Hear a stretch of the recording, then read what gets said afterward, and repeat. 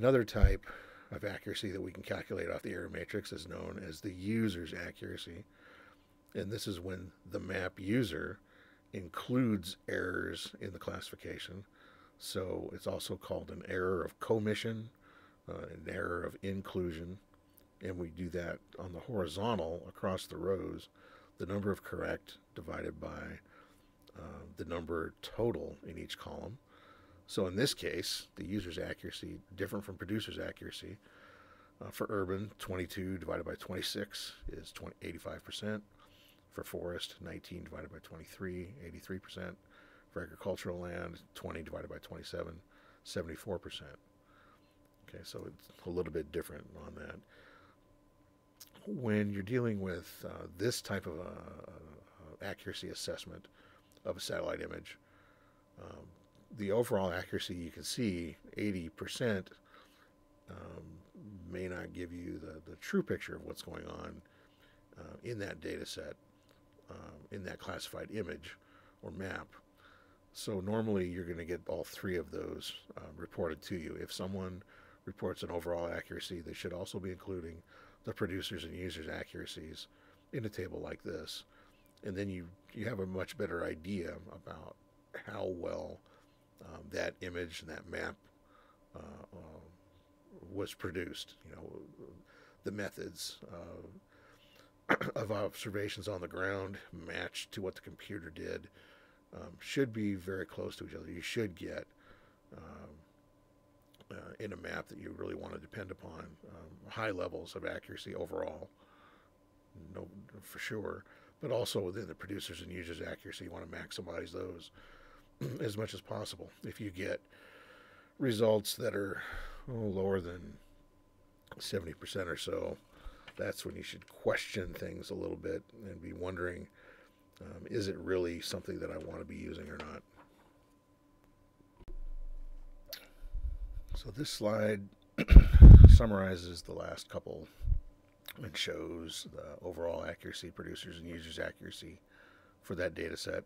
It's also showing at the bottom another more sophisticated measure known as the kappa statistic or the kappa coefficient of agreement. And that's calculated off the same error matrix using that equation at the bottom, the kappa coefficient of agreement. And all of those symbols translate into taking the values shown in the middle of that equation or calculation. 76 is the error matrix total, taken right off the diagram, multiplied by the sum of the diagonal values where the land cover types were correct. Subtract from that a value which is calculated by multiplying the row totals times the column totals for each of the land cover types.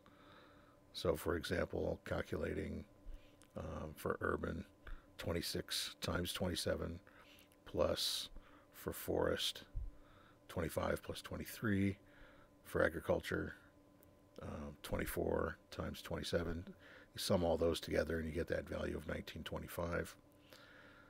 So that's the top of your fraction or your division process.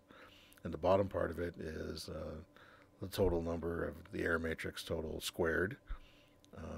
Subtract, again, that sum of all the values for all the land cover types.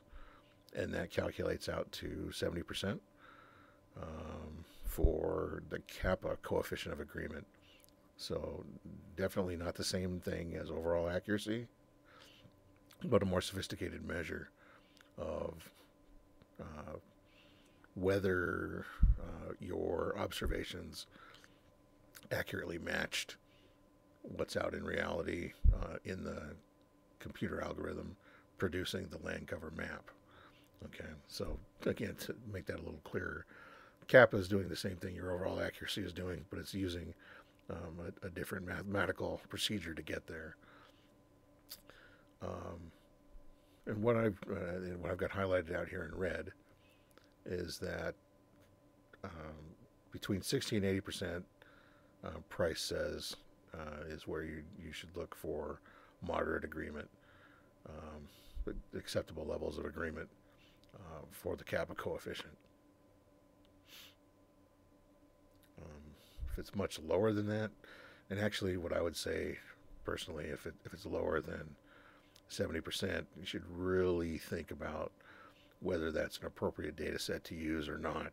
If you're using a satellite image produced map and someone was only able to get 70% accurate on it, I'm inclined not to use that information in my analysis, and might be tempted to go out and do it myself somehow, and or try to find a much more accurate produced image to use in the analysis.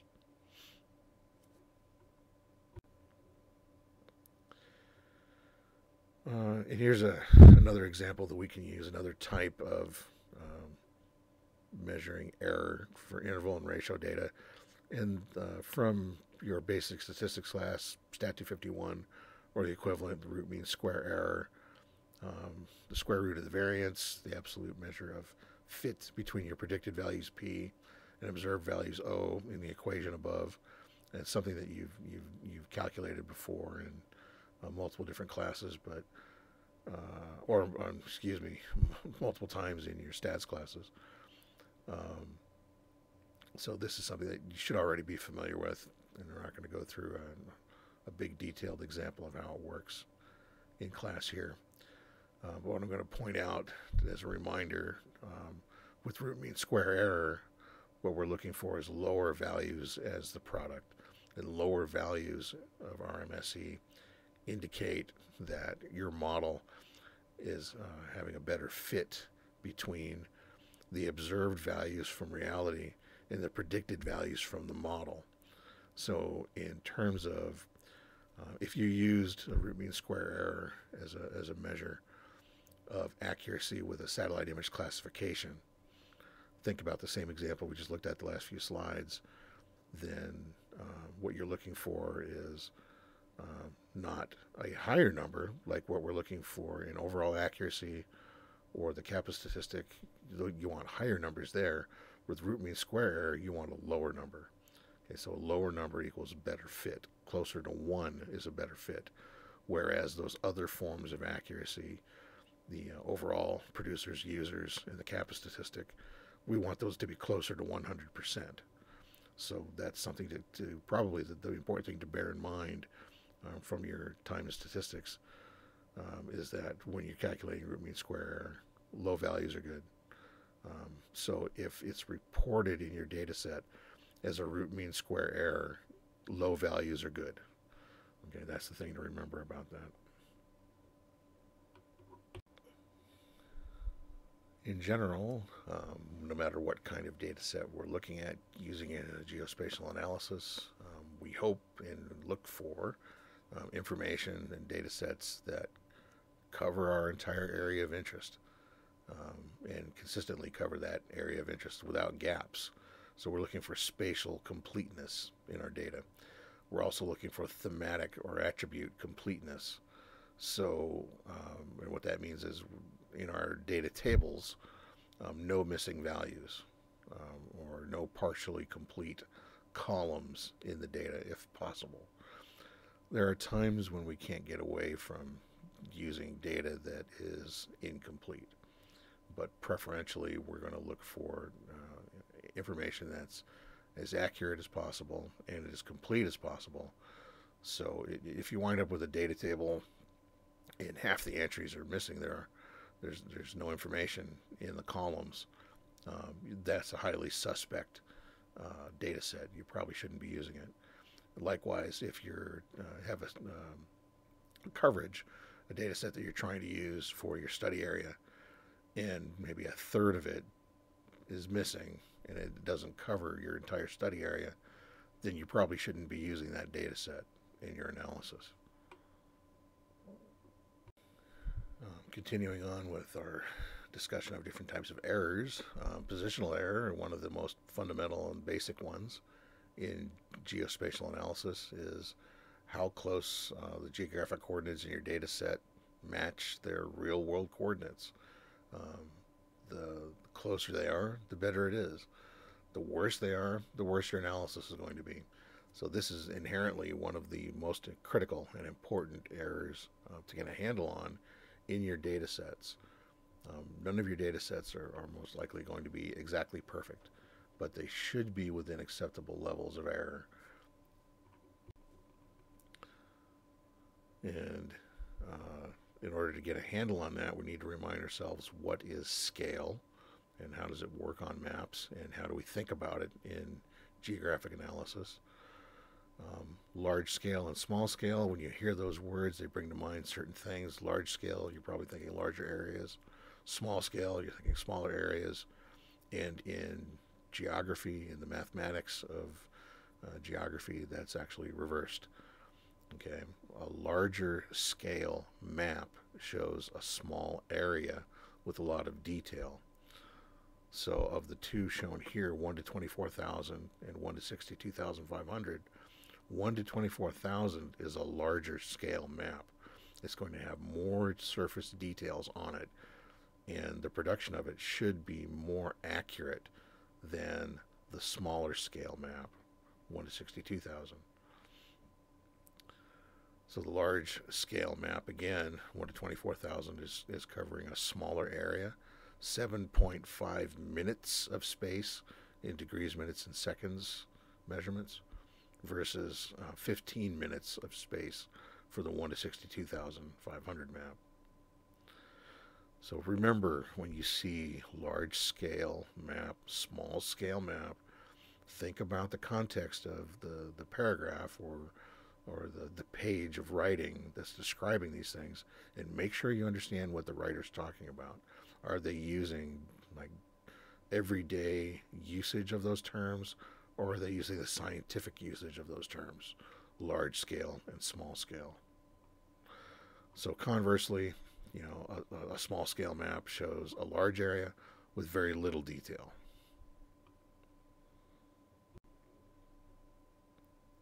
But here's an idea of acceptable error by scale based upon root mean square error calculations for both horizontal and vertical measurements from ASPRS, which is an organization of remote sensing scientists and professionals. So according to them, their standards, published in 1989, if you have a large scale map, 1 to 1,200, the error that's acceptable on that map is 1 foot. Okay, so they have to be within 1 foot. All the things that are represented on the map should be within 1 foot of where they are in reality. Okay, on a 1 to 20,000 scale map, the acceptable amount of error is plus or minus 16.7 feet. Okay, so on the table you can see the other ones that exist here. These are for fairly large scale maps that would be suitable for construction, suitable for city planning purposes, and for very small areas, planning for those very small areas. You wouldn't use a 1 to 1,000 map, for example, for county planning purposes. That would be a little bit too much information. Great for city planning, but for a county, you might be looking at 1 to 10,000, 1 to 20,000 as an appropriate scale. So anyway, this gives you an idea of using one organization's methods of acceptable error in data sets. So if we consider positional accuracy using the U.S. National Map Accuracy Standards as applied through the U.S. Geological Survey map series, and in particular here the 1 to 24,000 map series, the 7.5 minute quads of the USGS, the topo maps, the standard that they have for horizontal control is that if you sample a number of locations on the map, 90% of the locations sampled must be within 1/50th of an inch accurate as to what the real world coordinates are in terms of distances. And so what does that mean? Okay, when we say it has to be that accurate on this map scale. So 1 inch on a 1 to 24,000 quad is 24,000 inches of real world geographic space. And so if our location has to be within 1/50th of an inch measured on the map in real world space, that's 40 feet. So the sample locations that you might pick on the map, anywhere you pick on the map, should be within 40 feet, however you measure it, latitude, longitude, universal transverse Mercator, or state plane coordinate systems, whatever coordinate system you're using, whatever point you pick on that map should be within 40 feet of its location in real world space. So you can use that, you think about that in terms of the area that a 7.5 minute quad covers. That's a pretty good allowance of error when people are producing the maps, either from, in the old days, air photos, or nowadays from maybe remote sensing imagery or even LiDAR measurements. That level, those are the more recent versions of maps are going to be more accurate than this. But here's the minimum that they must meet, is that 90% of the sample locations should be within 40 feet. So that's the horizontal error that's allowable on U.S. maps, U.S. generated maps by government agencies, is to be within 1/50th of an inch at this scale on the map. 1/50th of an inch printed on the map, the equivalent of being within 40 feet of where that thing is in real world space. So if we apply that same standard to a slightly different scale map, in this case it's a smaller scale map, 1 to 62,500. Okay, given that scale, 1 inch measured on the map equals 62,500 inches of real world geographic space. And the allowance of error on the map is still going to be 1/50th of an inch measured on the map. At this scale, that means 104 feet. So any sample location that you select on the map should be within 104 feet of where it is in real world space. So it's just something, what do we see here? What's the pattern? If we go from the larger scale map to the smaller scale maps, we're seeing that we're allowing for more error in the production of the map, essentially. We're saying that the further away you get from the Earth's surface when you generate this geospatial information at the resolution of someone drawing the map off of an air photo, for example, then we're allowing for more positional error. As you get further away from the Earth's surface, it becomes harder to see the detail, to detect the detail, and so we know we're going to be introducing more errors spatially, and so we make that allowance, even using the same standard 1/50th of an inch, simply by acknowledging the scale is different. That allows for more error in the production of the map. And so this is what we call an acceptable amount of error in the map.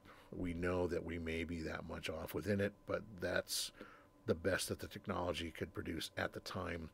And so it's an allowable and acceptable amount of error in that map series. USGS maps, of course, don't just show us horizontal location, but they also show us elevation above mean sea level. And the allowable error, again, for 90% of points that you select on a produced map at any scale under the national map standards, should be off vertically by no more than 1/2 of a contour line. So on a 1 to 24,000 7.5 minute quad, one contour line is 40 feet of elevation change. So 90% of any points that you sample out there on the landscape in that map should be off, if it's an error, by no more than 20 feet. On a 1 to 62,500 map, which is, again, a smaller scale map, we have a different contour interval, where one contour equals 80 feet of elevation change. So the allowable error on that map series, 1/2 contour, is 40 feet. So again, 90% of points that you select on that scale of a map should be accurate elevation-wise, at least within 40 feet, and if not tighter than that from what it is in reality at the time the map was produced. And that's one thing to point out about data sets, I suppose, in general, is that at the time the data was produced, they're going to be as accurate as their standards were at that point. So for USGS maps, just keep that in mind. When you see one, look at the date, and you'll know how close in time that information is to what you're observing now, if you're using it for navigation. And there may have been landscape changes at some point in time if you're using an older map that are not recorded on the map, obviously. But other than that, when the map is produced, the horizontal and vertical accuracies on nationally produced maps by USGS, by NOAA, by other governmental agencies should be within these horizontal and vertical allowances.